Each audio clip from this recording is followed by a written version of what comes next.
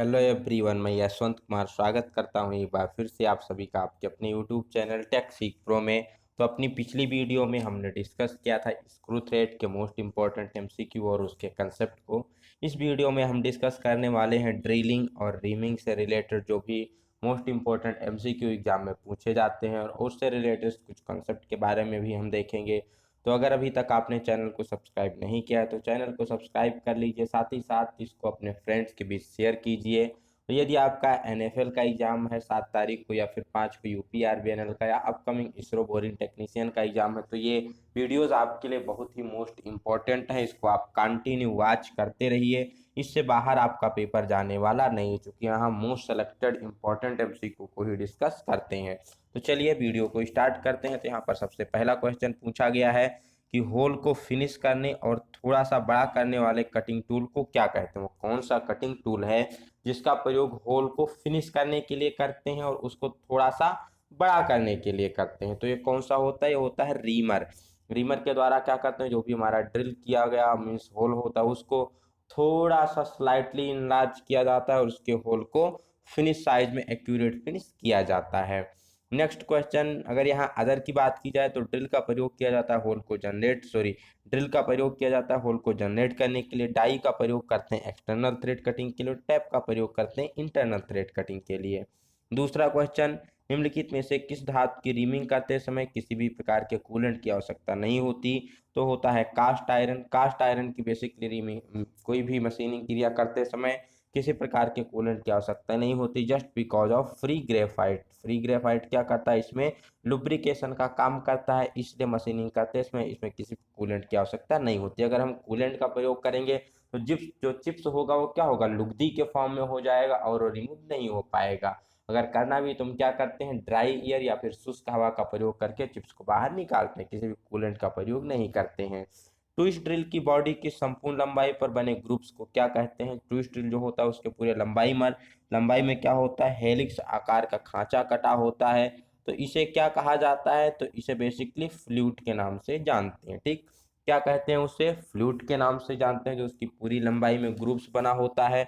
अब फ्लूट का बेसिकली काम क्या है, उसका इसका एडवांटेज क्या होता है? सबसे पहला काम होता है कि ये कटिंग एज का निर्माण करता है, इसी के द्वारा बेसिकली मेटल की कटिंग की जाती है। फ्लूइड से होकर ही चिप्स बाहर निकलता है, कटिंग एज कूलेंट तक पहुंचता है। नेक्स्ट क्वेश्चन की बात की जाए तो मशीन के स्पिंडल की नोज से टीपर सैंक वाले टूल को निकालने के लिए एक बेज जैसा टूल प्रयोग किया जाता है, तो इसे क्या कहते हैं? तो इसे बेसिकली क्या कहा जाता है? ड्रिल ड्रिफ्ट के नाम से जाना जाता है। ड्रिल ड्रिफ्ट का प्रयोग करके हम क्या करते हैं, मशीन के स्पिंडल से टेपर सैंक ड्रिल हो या फिर स्लीव सॉकेट रीमर, इन सबको बाहर निकाला जाता है। ये ड्रिल ड्रिफ्ट बनी किसकी होती है? तो ये माइल्ड स्टील से बनाई जाती है, ठीक, जो कि ड्रिल चक स्लीव सॉकेट को मशीन के स्पिंडल से निकालती है। कई बार पूछा जाता है इस पर टेपर जो होता है वो कितना होता है, तो 8 डिग्री से लेकर के 19 डिग्री का बेसिकली ड्रिल ड्रिफ्ट पर टेपर एंगल पाया जाता है। नेक्स्ट क्वेश्चन, एक होल जो कंपोनेंट की पूरी गहराई तक आर पार नहीं बना है उसे क्या कहते हैं? तो उसे बेसिकली किस नाम से जाना जाता है? मान लीजिए आपका कोई कंपोनेंट है, ठीक, अब इसमें हमने क्या किया, एक होल जनरेट किया है जो कि कहाँ तक बनाया गया, यहाँ तक बनाया गया, मीन्स ये आपकी सॉलिड बॉडी है, ठीक, और इसमें एक होल हमने बनाया वो इस लंबाई तक बनाया है, ठीक, पूरी लंबाई तक नहीं बनाया, इतना हमारा मेटल छूट गया, तो इस होल को क्या कहा जाएगा? तो इसे ब्लाइंड होल के नाम से जाना जाता है, अंध होल कहते हैं हिंदी में, ठीक। तो इंग्लिश में क्या कहते हैं? ब्लाइंड होल ऐसा होल जो कि कंपोनेंट की पूरी गहराई तक नहीं बना हुआ होता है। Next 6 number question, most tipper वाले ड्रिल स्लीव सॉकेट पाई जाती हैं जिनके नंबर की रेंज MT1 से MT6, यहाँ पर ये थोड़ा सा गलत है, मिसप्रिंट है, MT1 से MT5 तक होती है। आपको ध्यान रखना, जो ड्रिल स्लीव सॉकेट पर मोस्ट टिपर पाया जाता है वो MT1 से MT5 तक होता है। निम्नलिखित में से कौन सा MT4 के साइज को प्रदर्शित करता है? ठीक, तो आपको बता दें सभी MT का साइज जो कि बेसिकली ड्रिल पर पाया जाता है, जो MT1 होता है, MT1 का साइज होता है 3 mm से लेकर के 14 mm तक। जो MT2 होता है उसका साइज होता है 14.25 से लेकर के 23 mm तक। जो MT3 होता है, MT3 का साइज होता है 23.5 से लेकर के 31.5 तक। तो आप अप्रोक्सीमेटली याद करना चाहें तो MT1 3 से 14, MT2 14 से 23, MT3 23 से 31, ठीक। फिर इसके बाद आता है MT4, तो MT4 होता है 31.5 से लेकर के, या फिर कहीं कहीं आपको 32 भी देखने को मिल जाता है, तो उतने से लेकर के 49.5 mm तक MT4 होता है। नेक्स्ट जो MT5 होता है 50 mm से लेकर करके 76 mm तक ये होता है। उसके बाद जो 77 mm से 100 mm तक MT6 होता है। बट जो ड्रिल स्लीप सॉकेट पर होता है वो MT1 से लेकर के MT5 तक पाया जाता है, आपको ध्यान में रखना है। तो यहाँ पर MT4 की साइज पूछी गई है, तो MT4 की साइज क्या हो जाएगी, 31.5 से लेकर के 50.5 mm तक क्या होता है MT4 का साइज होता है। वैसे एग्जैक्ट साइज क्या होती है 32 से 49.5 mm। नेक्स्ट क्वेश्चन की तरफ चलते हैं। किस कारण से किया हुआ सुराख सेंटर से आउट हो जाता है, मीन जो वहां पर ड्रिलिंग की गई है वो क्या हो जाता है, सेंटर से आउट हो जाता है। तो वो किस कारण होता है, कारण दिया गया है कि वर्कपीस की क्लंपिंग सही नहीं है, वर्कपीस में ब्लो होल है, या ड्रिल के चीजल एज को बैठाने के लिए सेंटर पंच का निशान सही से नहीं किया गया है। तो इन तीनों में से कोई भी अगर वहां पर दोष है तो उसके कारण क्या हो सकता है, जो किया गया होल है वो सेंटर से आउट हो सकता है। तो उपरोक्त में से कोई भी यहाँ पर सही हो जाएगा। निम्नलिखित में से किस कूलेंट का प्रयोग एल्युमिनियम की वर्कपीस की रीमिंग करने के लिए किया जाता है। बेसिकली अगर एल्युमिनियम की बात की जाए, ठीक है, तो उसकी चाहे ड्रिलिंग करनी हो, रीमिंग करनी हो, कोई भी मशीनिंग ऑपरेशन करना हो, तो उसके लिए कौन से कूलेंट का प्रयोग करते हैं, तो उसके लिए प्रयोग किया जाता है मिट्टी का तेल, या फिर आपको लिखा मिल सकता है केरोसिन ऑयल का। ठीक, तो जो भी ऑप्शन में है वो आप टिक कर देंगे। नेक्स्ट, स्टील के वर्कपीस में 56H7 होल की रीमिंग करनी है, तो यहाँ पर इसके लिए ड्रिल साइज क्या होगा। ठीक, आप सभी को पता है कि रीमिंग क्या होती है, फिनिश साइज होती है। अब रीमिंग करने से पहले जो हम ड्रिल करते हैं वो क्या होता है, रीमर के साइज से थोड़ा सा कम होता है। तो यहाँ पर अगर 5H6 मीन्स 6H7 आपको hole generate means reamer hole generate करना है, तो इसके लिए जो आप ड्रिल करेंगे उसका साइज कितना होगा, बेसिकली यही इस क्वेश्चन में पूछा गया है। ठीक, तो आपको पता होना चाहिए कि हम ड्रिल साइज कैसे निकालते हैं। तो जो ड्रिल साइज बराबर होता है reamer size minus under size plus over size, ये दोनों चीजें आपको ध्यान में रखनी होती है। ड्रिल साइज कैसे निकालते हैं, ड्रिल साइज बराबर reamer size minus under size plus over size. अब यहाँ पर जो ओवर साइज होता है ये क्या होता है, फिक्स होता है हमेशा। ओवर साइज किसी भी आकार के ड्रिल के 0.05 mm हमेशा ये क्या होता है, फिक्स होता है। लेकिन जो अंडर साइज होता है ये डायमीटर के अनुसार वेरी करता रहता है। जैसे अगर 5 mm से कम डायमीटर है ड्रिल का, तो उसके लिए जो अंडर साइज होगा 0.1 से 0.2 mm तक होगा। 5 से लेकर के 20 mm तक है, तो इसके लिए क्या होगा, अंडर साइज 0.2 से लेकर के 0.3 mm के बीच में होगा। बेसिकली यहीं तक आपसे पूछा जाता है, इसके ऊपर क्वेश्चन नहीं पूछा जाता है। तो 5 से 20 mm आपको ध्यान में रखना है। इसके लिए 0.2 से 0.3 के बीच में यहाँ पर अंडर साइज लिया जाता है। तो यहाँ पर क्या है, 6H7 है, तो इसके लिए अगर हमें क्या निकालना है, रीमिंग है, इसके लिए हमें क्या निकालना है, ड्रिल का साइज निकालना है। तो ये कितना हो जाता है, तो ये पहले आप ड्रिल साइज निकालने के लिए रीमर साइज लिखेंगे 6 माइनस अंडर साइज, तो अंडर साइज यहाँ 0.2 हो जाएगा, ओवर साइज 0.05 आ जाएगा। तो 6 में से हमें माइनस करना होगा 0.25 को, तो ये आ जाएगा 5.75 mm निकल के आ जाएगा एग्जैक्ट। 5.75 नहीं दिया गया है, तो 5.8 mm यहाँ पर अप्रॉक्सीमेट सही हो जाएगा। तो आप वैसे भी इसको रट के याद रख सकते हैं कि 6H7 के लिए 5.8 mm ड्रिल साइज होता है।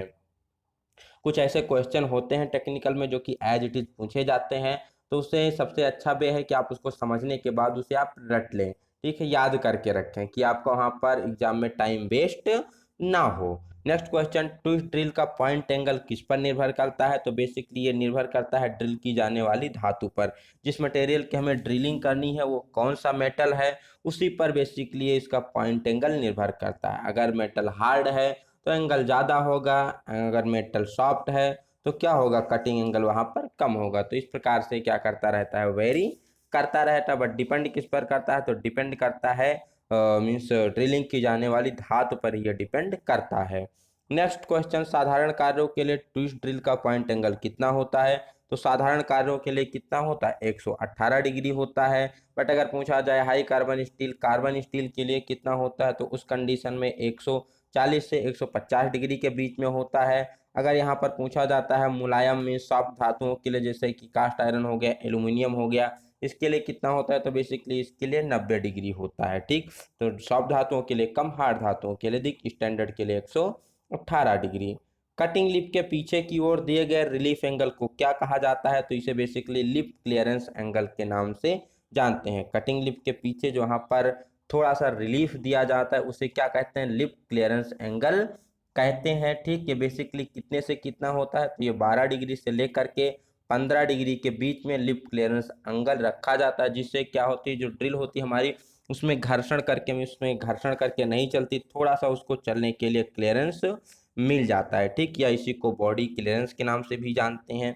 नेक्स्ट क्वेश्चन की बात की जाए तो एक हैंड रीमर के द्वारा 10 व्यास के होल को फिनिश करना है, तो रीमिंग के लिए आवश्यक साइज क्या होगा? सिंपल है, आपको क्या करना है, 10 जो हम पहले ड्रिल साइज निकालने के लिए क्या करेंगे, रीमर साइज में से under size plus over size को माइनस कर देंगे। तो रीमर साइज हमारा 10 है, अंडर साइज हमारा क्या हो जाएगा, 0.2 हो जाएगा, ओवर साइज 0.05 आ जाएगा।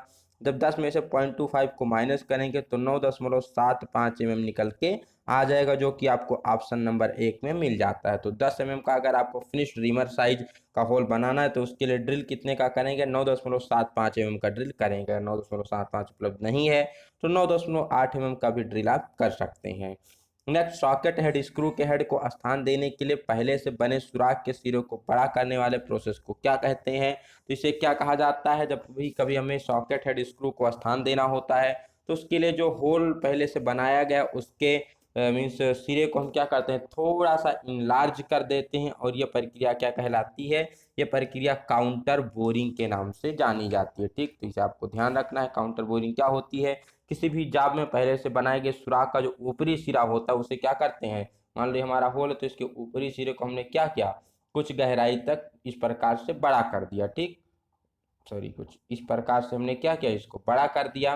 तो ये हमारी क्या कहलाती है, काउंटर बोरिंग की प्रक्रिया कहलाती है। ठीक, तो आशा करते हैं काउंटर बोरिंग भी आपको समझ में आया होगा। नेक्स्ट क्वेश्चन की बात की जाए, पहले से बने हुए सुराख के सिरे को बेबलिंग करने की प्रक्रिया क्या कहलाती है? ऊपर आपसे पूछा गया था सिरे को बड़ा करना, अब यहाँ पूछा रहा है सिरे के अंत, जैसे मान लीजिए हमारा कोई होल है, अब यहाँ पर जो होल है उसके सिरे में जो अंतिम में है उसको हम क्या करें, मान लो ये हमारा होल है, यहाँ पर अंतिम में सिरों को हम थोड़ा सा बेबल कर देते हैं, तो बेबलिंग करने की प्रक्रिया क्या कहलाती है? तो इसे काउंटर सिंकिंग के नाम से जाना जाता है। ठीक, नेक्स्ट चलते हैं, मशीन के स्पिंडल से टिपर सैंक ड्रिल को निकालने के लिए किस साधन का प्रयोग किया जाता है? तो ऊपर हमने देखा था किसका प्रयोग किया जाता है, ड्रिफ्ट का प्रयोग किया जाता है। इसके द्वारा हम मशीन के स्पिंडल से टिपर सैंक ड्रिल हो, स्लीव हो, साकिट हो, इन सभी को आसानी से निकाल सकते हैं।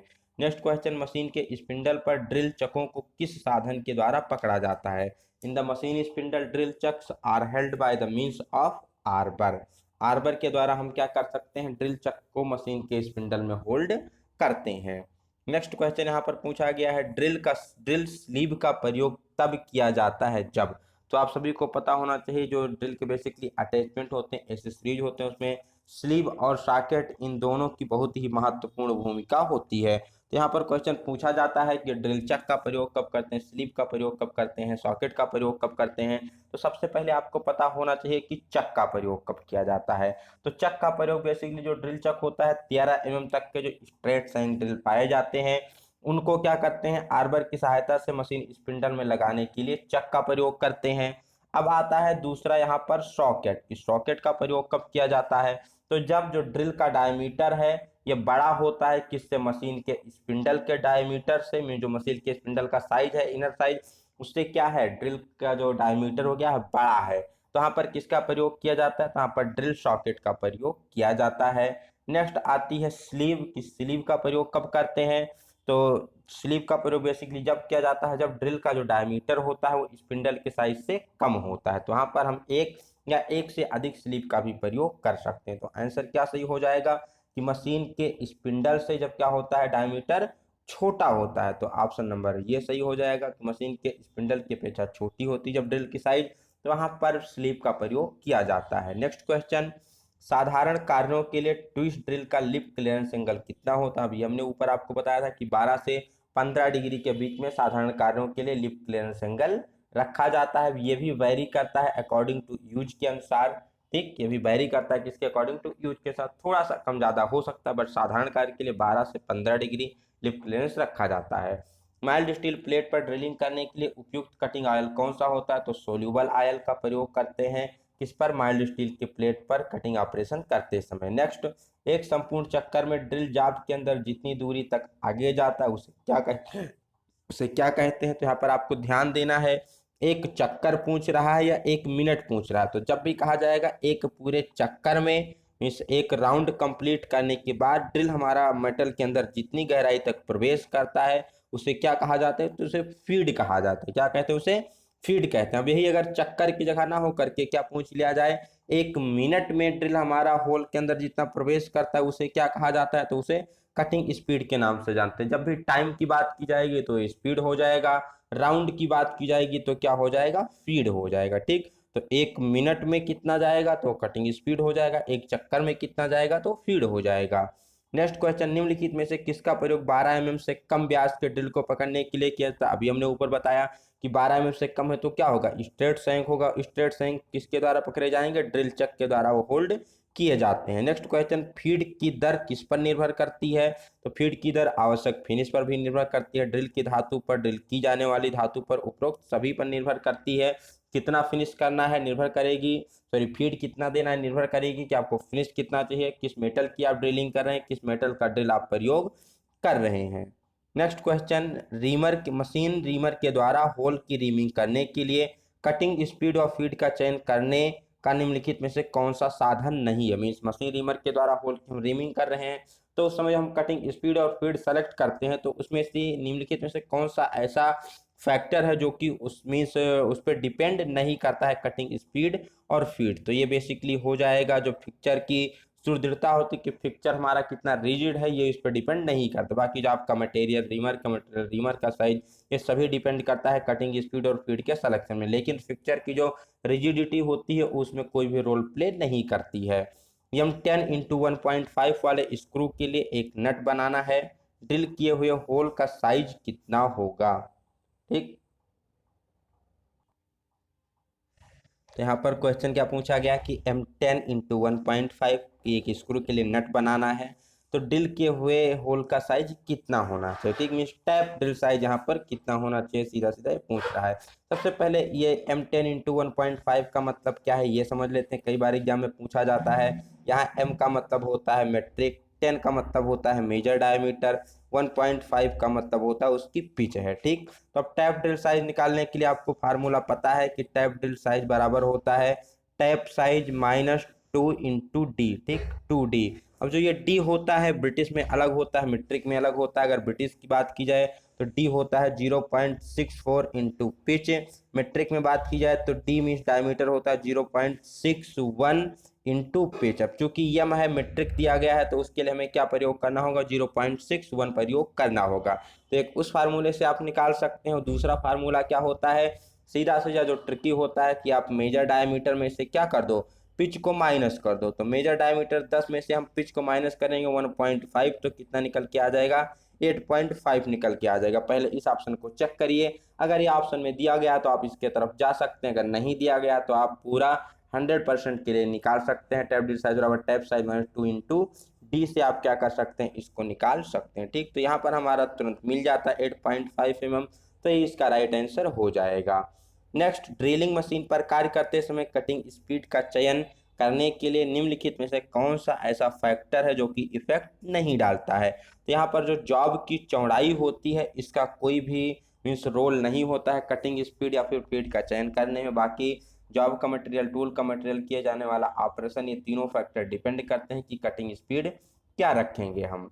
नेक्स्ट, रीमर के दांतों और उनकी स्पेसिंग को इस प्रकार से डिजाइन किया जाता है कि वे सुराखों को अधिक परिशुद्धता में अच्छे से सरफेस फिनिश दे सके, ताकि दांतों की संख्या और उनकी स्पेसिंग के संबंध में निम्नलिखित में से कौन सा कथन सही है? तो बेसिकली इस क्वेश्चन को आप डायरेक्टली याद रख सकते हैं कि दांतों की सम संख्या होती है और स्पेसिंग क्या होती है? विषम होती है। आप इसको डायरेक्ट याद रखिए कि दांतों की संख्या इक्वल होती है और उनके बीच जो स्पेसिंग होती है क्या होती है? अनइक्वल होती है। नेक्स्ट, ड्रिल ग्राइंडिंग गेज का एंगल कितना होता है? तो basically 121 degree drill grinding gauge का एंगल रखा जाता है। नेक्स्ट, 20 mm व्यास वाले ड्रिल की टेपर सैंक पर कौन सा टेपर होता है? अभी हमने आपको ऊपर बताया था, जो एम्प्टी टेपर बताए थे कि ड्रिल में MT1 से लेकर के MT5 तक टेपर होता है। तो MT1 हमारा कितने से 3 से 14 mm तक था, MT2 14 से 23 mm तक था, तो 20 के अंतर्गत आ जाता है, MT2 के अंतर्गत आ जाता है, जो कि 14 से 23 के क्या है, बीच में है। नेक्स्ट, एक अच्छे होल वाले शार्ट रीमर को मैंड्रेल या आर्बर के साथ प्रयोग किया जाता है, तो इसे क्या कहते हैं, ऐसा रीमर जिसको किसके साथ प्रयोग करते हैं, मैंड्रेल के साथ प्रयोग करते हैं या फिर उसको आर्बर के साथ प्रयोग करते हैं, तो इसे क्या कहते हैं, इसे चकिंग रीमर के नाम से जानते हैं। क्या नाम है इसका, चकिंग रीमर। नेक्स्ट, प्राय ट्विस्ट ड्रिल का मटेरियल क्या होता है, या ट्विस्ट ड्रिल किस मटेरियल के बनाए जाते हैं, तो ये बेसिकली हाई कार्बन स्टील या फिर हाई स्पीड से मिलकर बनाए जाते हैं। तो यहाँ कौन सा सही हो जाएगा, ऑप्शन नंबर ए सही हो जाएगा, हाई स्पीड स्टील। दूसरा, नेक्स्ट क्वेश्चन, एक छोटे सुराख की ड्रिलिंग के बाद किया हुआ सुराख चित्र जैसा पाया गया, निम्नलिखित में से कारण क्या है। तो यहाँ पर आप चित्र देख सकते हैं, तो अगर आप सही से चित्र देखें तो ये क्या है, थोड़ा सा इंक्लाइंड वर्क पीस हमें दिख रहा है। मीन्स जिस जॉब में हमने ड्रिलिंग के बाद हमें ये होल क्या दिख रहा है, इंक्लाइंड में दिख रहा है।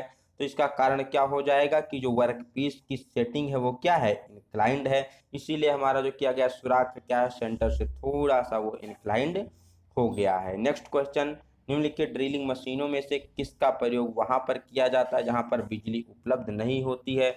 बहुत ही मोस्ट इंपॉर्टेंट क्वेश्चन है कि ऐसी ड्रिलिंग मशीन जो कि बिना बिजली के प्रयोग की जा सकती है, या फिर ऐसी मशीन जिसको वहां पर प्रयोग करते हैं जहां पर बिजली उपलब्ध नहीं होती, तो उसे कौन सी ड्रिलिंग मशीन होती है, तो बेसिक होती है रैचेट ड्रिलिंग मशीन। कौन सी ड्रिलिंग मशीन होती है, रैचेट ड्रिलिंग मशीन। इसका प्रयोग वहां पर करते हैं जहां पर बिजली उपलब्ध नहीं होती, जैसे रेलवे की लंबी लंबी लाइनें होती हैं, रेलवे गार्डर लाइन, वहां पर हमें कोई ड्रिलिंग का काम करना होता है तो किसका प्रयोग किया जाता है, वहां पर रैचेट ड्रिलिंग मशीन का ही प्रयोग किया जाता है। ठीक, नेक्स्ट क्वेश्चन की तरफ चलते हैं। निम्नलिखित रीमर में से विशेषता कौन सा रीमर ऐसे होल के लिए उपयुक्त होता है जिसमें कीबे या फिर ग्रुप बना होता है। तो ऐसा होल जिसमें कीबे हो या फिर ग्रुप हो, तो उसके लिए हम प्रयोग करते हैं हेलिकल फ्लूटेड रीमर। ऐसे रीमर्स जिसके फ्लूट थोड़ा हेलिकल में कटे होते हैं, उसका प्रयोग किया जाता है किसमें, कीबे वाले ग्रुप बने हुए होल्स में। ठीक, नेक्स्ट क्वेश्चन, निम्नलिखित रीमर में से कौन सा रीमर जब टेल स्टॉक पर फिट किया जाता है तो थोड़े से मिस अलाइनमेंट को समायोजित कर लेता है। मीन्स अगर थोड़ा सा वहां पर सेटिंग में क्या है, मिस अलाइनमेंट है, तो उसको क्या कर लेता है, अपने आप एडजस्ट कर लेता है, तो ये होता है फ्लोटिंग ब्लेड रीमर। ठीक, फ्लोटिंग ब्लेड रीमर का प्रयोग हम कहाँ करते हैं, जब हम थोड़ा सा मिस अलाइनमेंट को ऑटोमेटिक एडजस्ट करने की जरूरत पड़ती है, तो वहां पर फ्लोटिंग ब्लेड रीमर का प्रयोग किया जाता है। नेक्स्ट, मशीन रीमर की अपेक्षा हैंड रीमर किस प्रकार से अलग है। तो जो हैंड रीमर होता है उसमें क्या विशेषता होती है, तो कंपेयर टू मशीन रीमर उसके जो कटिंग एज की बेबल लीड होती है थोड़ी बड़ी होती है, मीन्स उसमें ज़्यादा टिपर्स दांते आपके पाए जाते हैं। तो इसका सही आंसर क्या हो जाएगा कि कटिंग एजों के लिए बेबल लीड क्या होती है, बड़ी होती है हैंड रीमर की कंपेयर टू मशीन रीमर के। नेक्स्ट, जैसा कि चित्र में दिखाया गया है, कभी कभी किसी विशेष ऑपरेशन को करने के लिए एक स्टॉप रिंग का प्रयोग करते हैं, तो इसका उद्देश्य क्या होता है। बेसिकली आपको यहाँ पर स्टॉप रिंग का प्रयोग करते हुए दिखाया गया है। तो इसका प्रयोग क्यों किया जाता है, तो जब हमें ड्रिल को क्या पूरे थ्रो होल में नहीं ले जाना होता, पूरे मटेरियल के आर पार ड्रिल नहीं करना होता, एक निश्चित लंबाई तक ड्रिल करना होता है, निश्चित गहराई तक ड्रिल करना होता है, तो वहाँ पर ये स्टॉप रिंग का प्रयोग किया जाता है। तो इस प्रकार के होल को क्या कहते हैं, जो कि पूरी लंबाई तक ना हो, इसे ब्लाइंड होल के नाम से जाना जाता है। तो जब कभी भी ब्लाइंड होल ड्रिलिंग करनी होती है तो वहां पर एक विशेष प्रकार के स्टॉप रिंग का प्रयोग किया जाता है। निम्नलिखित में से मशीन रीमर में से किस का प्रयोग रीमर के अक्ष और कार के अक्ष के बीच मिस अलाइनमेंट को एडजस्ट करने के लिए किया जाता है। ऊपर ही हमने देखा था कौन सा रीमर था, फ्लोटिंग ब्लेड रीमर का प्रयोग मिस अलाइनमेंट को एडजस्ट करने के लिए किया जाता है। नेक्स्ट, काउंटर बोरिंग क्यों की जाती है, तो काउंटर बोरिंग की जाती है सॉकेट हेड स्क्रू को स्थान देने के लिए। दूसरा, काउंटर सिंकिंग के बारे में पूछा जाता है, तो होल को मीन्स बेबल करने के लिए की जाती है। नेक्स्ट, जब एक ट्विस्ट ड्रिल जाब पर रफ सुराख बनाता है तो इसका संभावित कारण क्या होता है। मीन्स जो ड्रिल है जाब पर क्या कर रहा है, रफ सुराख बना रहा है, रफ होल बना रहा है, तो इसका सबसे मेन कारण यहाँ पर क्या होता है, तो ये होता है फीड की दर जब हम काफ़ी अधिक रखते हैं तो होल क्या होता है, थोड़ा सा रफ बनता है। या फिर अगर बिना कटिंग एज वाला हम टूल प्रयोग करेंगे, ब्लंट टूल प्रयोग करेंगे, तो वहाँ भी रफ होल बनता है। या फिर अगर हम कूलेंट का सही से प्रयोग नहीं कर रहे हैं तो उस कंडीशन में भी जो होल बनता है वो क्या बनता है, रफ बनता है। लेकिन मोस्ट इंपॉर्टेंट जो रूल प्ले होता है वो फीड की दर की होती है। फीड की दर अधिक रखने से क्या होता है, वहाँ पर जो रफ होल होता है रफ बनता है। नेक्स्ट यहाँ पर पूछा गया है काउंटर सिंक ड्रिल के लिए किस एंगल वाले काउंटर सिंक का प्रयोग किया जाता है। तो काउंटर सिंक ड्रिल के लिए किसका प्रयोग किया जाएगा, तो उसके लिए 90 डिग्री वाले काउंटर सिंक ड्रिल का प्रयोग किया जाता है। यहाँ पर और सारे देख लीजिए, यहाँ पर जो काउंटर सिंक ड्रिल 75 दिया गया है इसका प्रयोग किया जाता है काउंटर सिंक रिविट के लिए।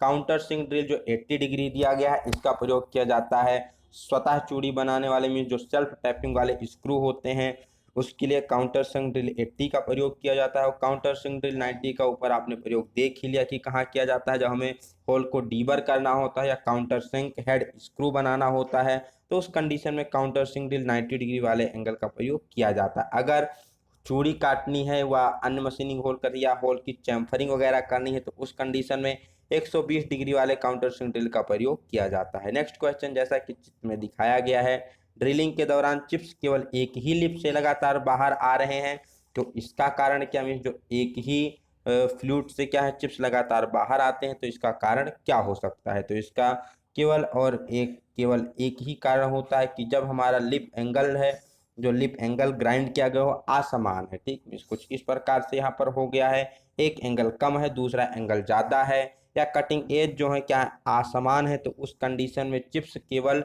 एक ही लिप से लगातार बाहर निकलती रहती है। ठीक, तो दो कंडीशन है, पॉइंट एंगल सही से ना हो, सेंटर में ना हो, इस असमान लिप एंगल हो या फिर असमान कटिंग एज हो, तो चिप्स केवल एक ही फ्लूइड से लगातार बाहर निकलेगा या फिर एक ही फ्लूइड कटिंग कार्य उस समय करता है, दूसरा फ्लूइड उसके होल के संपर्क में नहीं आता है। या ड्रिल में क्लियरेंस एंगल को बढ़ा देते हैं तो क्या होगा, तो ड्रिल में क्लियरेंस एंगल बढ़ाने से जो कटिंग एज होती है क्या होती है, कमज़ोर होने लगती है। जितना ज़्यादा क्लियरेंस होगा उतना ज़्यादा कटिंग एज क्या हो जाती है, कमज़ोर हो जाती है। नेक्स्ट, किसी रीमर में होल में खराब फिनिश आती है, निम्नलिखित में से इसका कौन सा कारण हो सकता है। तो इसका केवल कारण होता है कि बोर किए गए सुराख में अपर्याप्त रीमिंग अलाउंस देना। में जब हमने ड्रिल किया तो रीमर के लिए पर्याप्त मेटल नहीं छोड़ा, तो रीमिंग के लिए जब पर्याप्त मेटल नहीं होगा तो उस कंडीशन में जो होल की फिनिशिंग होगी क्या होगी, खराब आएगी। तो इसीलिए मीन्स एक्यूरेट कैलकुलेशन करके रिमर के लिए पर्याप्त मेटल छोड़ के एक्यूरेट साइज के ड्रिल का प्रयोग करना चाहिए। तो अगर बोर किए गए सुराख में अपर्याप्त रिमिंग अलाउंस है तो उस कंडीशन में होल की फिनिशिंग कैसी आती है, खराब आती है। तो ये 44 क्वेश्चन थे जो कि ड्रिलिंग और रीमिंग से थे, हर एक एग्जाम में मोस्ट इंपॉर्टेंट पूछे गए क्वेश्चन हैं। अब इसके अलावा आपसे और क्या पूछा जा सकता है एग्जाम में, कुछ पॉइंट्स देख लेते हैं जो आपसे एग्जाम में पूछे जा सकते हैं। ठीक, तो यहाँ पर सबसे पहले आपको मटेरियल पूछा जाता है ड्रिल को, आपको पता ही हाई स्पीड स्टील होता है या फिर हाई कार्बन स्टील होता है। स्टैंडर्ड कटिंग एंगल पूछा जाता है ड्रिल का 118 डिग्री होता है। लिप पूछा जाए तो 12 से 15 डिग्री होता है। ठीक, तो यहाँ पर नेक्स्ट हम चलते हैं, सबसे मीन्स जो मोस्ट क्वेश्चन होता है ड्रिल के साइज से पूछा जाता है। सिर्फ दो प्रकार से यहाँ पर पूछे जाते हैं, एक होता है लेटर साइज में और एक होता है नंबर साइज में। तो लेटर साइज में टोटल कितने ड्रिल होते हैं, तो ए से लेकर के जेड तक टोटल कितने ड्रिल होते हैं, 26 साइजों के ड्रिल होते हैं। ठीक, इसमें जो जेड वाला होता है सबसे बड़ा होता है और ए वाले का साइज क्या होता है, सबसे कम होता है या सबसे छोटा होता है। जेड वाले का साइज कितना होता है, 10.49 mm इसका साइज होता है। कितना होता है, 10.49 mm। फिर से देख लेंगे, जो जेड वाला होता है सबसे बड़ा होता है, साइज कितना होगा 10.49 mm या फिर 0.413 इंच इसका साइज होता है। ए वाला जो होता है ये सबसे छोटा होता है, इसका साइज कितना होता है, तो इसका साइज 5.944 mm या फिर 0.234 इंच इसका साइज होता है। तो ध्यान रखना है, जेड सबसे बड़ा ए सबसे छोटा। जब हम बात करते हैं नंबर साइज की, तो नंबर साइज में 1 से लेकर के 80 नंबर तक टोटल 80 साइज के ड्रिल होते हैं। यहाँ पर 1 नंबर सबसे बड़ा होता है और 80 नंबर सबसे छोटा होता है। तो 1 नंबर वाले साइज का ड्रिल होता है 5.791 mm या फिर अगर इसको इंच में पूछा जाए तो 0.228 इंच के बराबर होता है।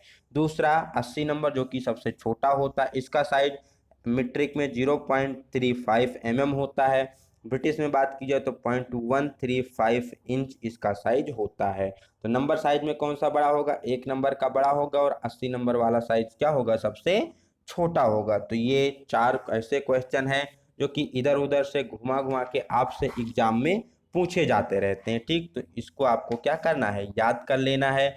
नेक्स्ट यहाँ पर जो क्वेश्चन पूछा जाता है वो ड्रिल के हेलिक्स एंगल से पूछा जाता है। किससे, ड्रिल के हेलिक्स एंगल से पूछा जाता है।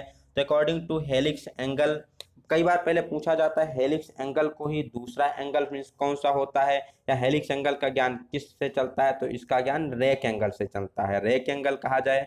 या फिर ड्रिल में हेलिक्स एंगल दोनों क्या होते हैं, आपस में बराबर होते हैं, इनको एक समान ही समझा जाता है। अकॉर्डिंग टू हेलिक्स एंगल के अनुसार ड्रिल 3 प्रकार के होते हैं, एच एन एस। एच मतलब क्या होता है, हार्ड, हार्ड धातुओं के लिए प्रयोग किया जाता है जिसका एंगल 10 से लेकर के 13 डिग्री तक होता है। एन नॉर्मल होता है, सामान्य धातुओं के जैसे माइल्ड स्टील वगैरह के लिए प्रयोग किया जाएगा।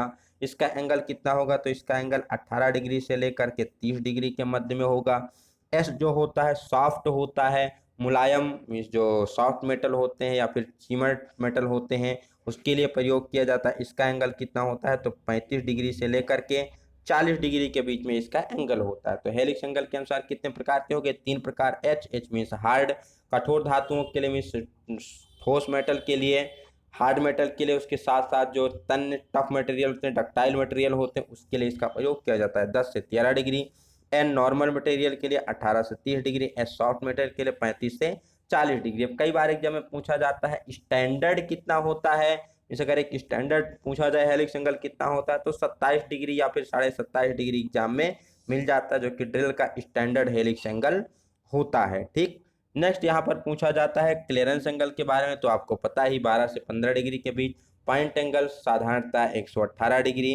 ब्रा अगर यहीं पर पूछा जाए स्टेनलेस स्टील हो गया या फिर हाई स्पीड स्टील हो गया, इसके लिए कितना होगा, तो इसके लिए बेसिकली 140 डिग्री के करीब रखा जाता है। सॉफ्ट धातुओं के लिए एल्युमिनियम वगैरह के लिए यहाँ पर कई बार एग्जाम में पूछा जाता है कि एल्युमिनियम के लिए कितना हो जाएगा या फिर कास्ट आयरन के लिए कितना हो जाएगा, तो वो 90 डिग्री हो जाता है। प्लास्टिक के लिए या फिर रबड़ के लिए पूछा जाए तो 60 डिग्री इसका पॉइंट एंगल हो जाता है। माइल्ड स्टील के लिए 118 डिग्री। ठीक, तो ये पॉइंट एंगल से आपसे कई बार क्वेश्चन पूछा जाता है। यहाँ पर ड्रिल से, रीमर से तो आपने न्यूमेरिकल सॉल्व करना सीख लिया। अब ड्रिल से इसके कटिंग स्पीड या फिर आरपीएम से रिलेटेड यहाँ पर एक क्वेश्चन पूछा जाता है। तो सबसे पहले कटिंग स्पीड की यूनिट पूछी जाती है। तो कटिंग स्पीड की यूनिट क्या होती है, मीटर पर मिनट में होती है। 1 मिनट में जितने मीटर वो क्या करता है, अंदर डिस्टेंस ट्रेवल करता है, वही उसकी कटिंग स्पीड होती है। फार्मूला कैसे इसको निकालते हैं, तो बी बराबर पाई डी एन अपान 1000, पाई डी एन बटा 1000 से क्या करते हैं हम इसमें मीटर पर मिनट में कटिंग स्पीड को निकालते हैं, जहां पर पाई कांस्टेंट है, डी क्या है, ड्रिल का डायमीटर है, एन क्या है, उसका आरपीएम है। 1000 यहाँ पर डिवाइड करके इसको मीटर पर मिनट में बदलते हैं। कई बार पूछा जाता है अगर ड्रिल का डायमीटर क्या हो, सॉरी ड्रिल का कटिंग स्पीड कांस्टेंट रखा जाए, मीन्स कटिंग स्पीड एक समान है, वो वेरी नहीं कर रहा है, तो इस कंडीशन में अगर हम आरपीएम को घटाते हैं तो डायमीटर पर क्या प्रभाव पड़ेगा। तो इस कंडीशन में इसको थोड़ा फिर से समझिएगा। फार्मूला क्या है, बी बराबर पाई डी एन अपान 1000 है, तो इस 1000 से यहाँ पर कोई मतलब नहीं है। अगर बी को हमने कांस्टेंट कर दिया, ठीक, इस कंडीशन में एन को बढ़ाएंगे तो डी क्या हो जाएगा, घट जाएगा, और यदि एन को घटाएंगे तो डी क्या हो जाएगा, बढ़ जाएगा। मीन्स अगर कटिंग स्पीड को हमने एक समान रख दिया है और आरपीएम को बढ़ा रहे हैं तो डायमीटर घटेगा, अगर डायमीटर को घटा रहे हैं तो आरपीएम क्या होगा, बढ़ेगा। इससे रिलेट करके एक क्वेश्चन आपको पूछ लिया जाता है एग्जाम में। ठीक, इसके बाद फीड की यूनिट पूछी जाती है। तो फीड क्या होता है, जब एक चक्कर में ड्रिल के अंदर जितना प्रवेश करता है वही उसकी क्या होती है, फीड होती है। फीड की यूनिट क्या हो जाती है, तो मिलीमीटर पर रेवोल्यूशन, मीन्स एक रेवोल्यूशन में कितना अंदर गया, कितने में उसने डिस्टेंस ट्रेवल की, तो उसका क्या हो जाता है, फीड हो जाता है। तो इसको भी ध्यान में रखना है। ठीक, तो ये कुछ मोस्ट इंपॉर्टेंट कंसेप्ट थे जिससे आपके एग्जाम में क्वेश्चन पूछ लिए जाते हैं।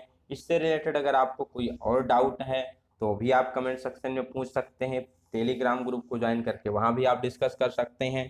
ठीक, और अभी तक अगर आपने चैनल को सब्सक्राइब नहीं किया तो चैनल को सब्सक्राइब करके बेल आइकन वाला बटन जरूर दबाएं और वीडियो को ज़्यादा से ज़्यादा अपने फ्रेंड के बीच शेयर करें जिससे उन्हें भी इसका बेनिफिट मिल सके। तो मिलते हैं नए वीडियो में एक नए चैप्टर के साथ। Till then have a good day, best of luck, bye bye, keep in touch.